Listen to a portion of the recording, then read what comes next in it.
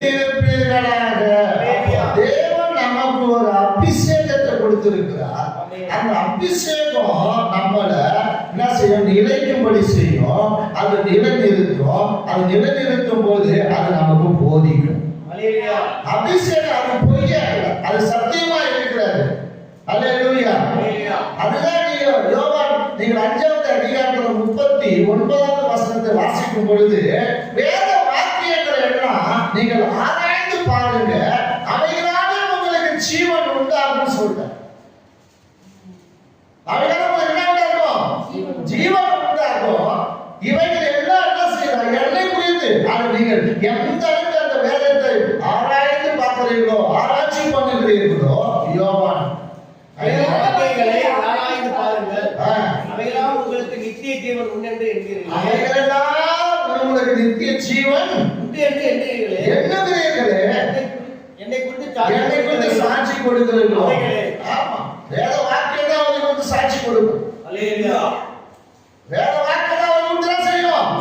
ஆமா, அப்ப வேத வாக்கியங்களை நாம ஆராய வேண்டும். ஒரு நாளைக்கு 5 அதிகாரம் படிக்கிறோம். நான் எழுதுங்க பார்ப்போம். ஒரு நாளைக்கு 5 அதிகாரம் படிக்கிறேன். ஒரு நாளைக்கு நான் 5 அதிகாரம் படிக்கிறேன். காலையில சாயங்காலம் ஒரு சரி 5 அதிகாரம் சாயங்காலம் 2 அதிகாரம் படிக்கிறேன். டெய்லி படிக்கிறீங்களா?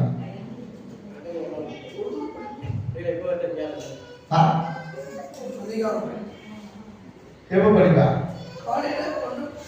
காலையில நைட்டு படிச்சுடுவா. சோதனை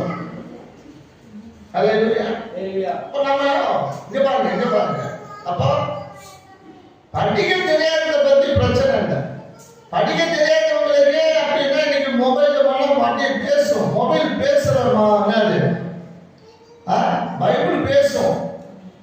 வாய்ஸ் இருக்கு, அதை போட்டு கேட்டு உட்காந்து கேட்கலாம். சும்மா இருக்கும்போது வேலை செய்யும் போது எவ்வளோ நமக்கு டெக்னாலஜி வந்திருக்கு. ஆனா நம்ம என்ன செய்ய மாட்டோம்? வேதத்தை படிக்க மாட்டோம். ஒரு நாளைக்கு 5 அதிகாரமாவது படிக்கணும். டைம் கிடைச்சா ஒரு இன்னொரு 5 அதிகாரம் படிக்கலாம். இல்ல சாயங்காலத்துல ஒரு 2 அதிகாரம் 5 அதிகாரம் புதிய ஏற்பாடு. நீ வேத வாக்கியங்களை ஆராயும் போதுதான் உனக்கு அவைகளாக உனக்கு நித்திய ஜீவன் உண்டாயிருக்கும்.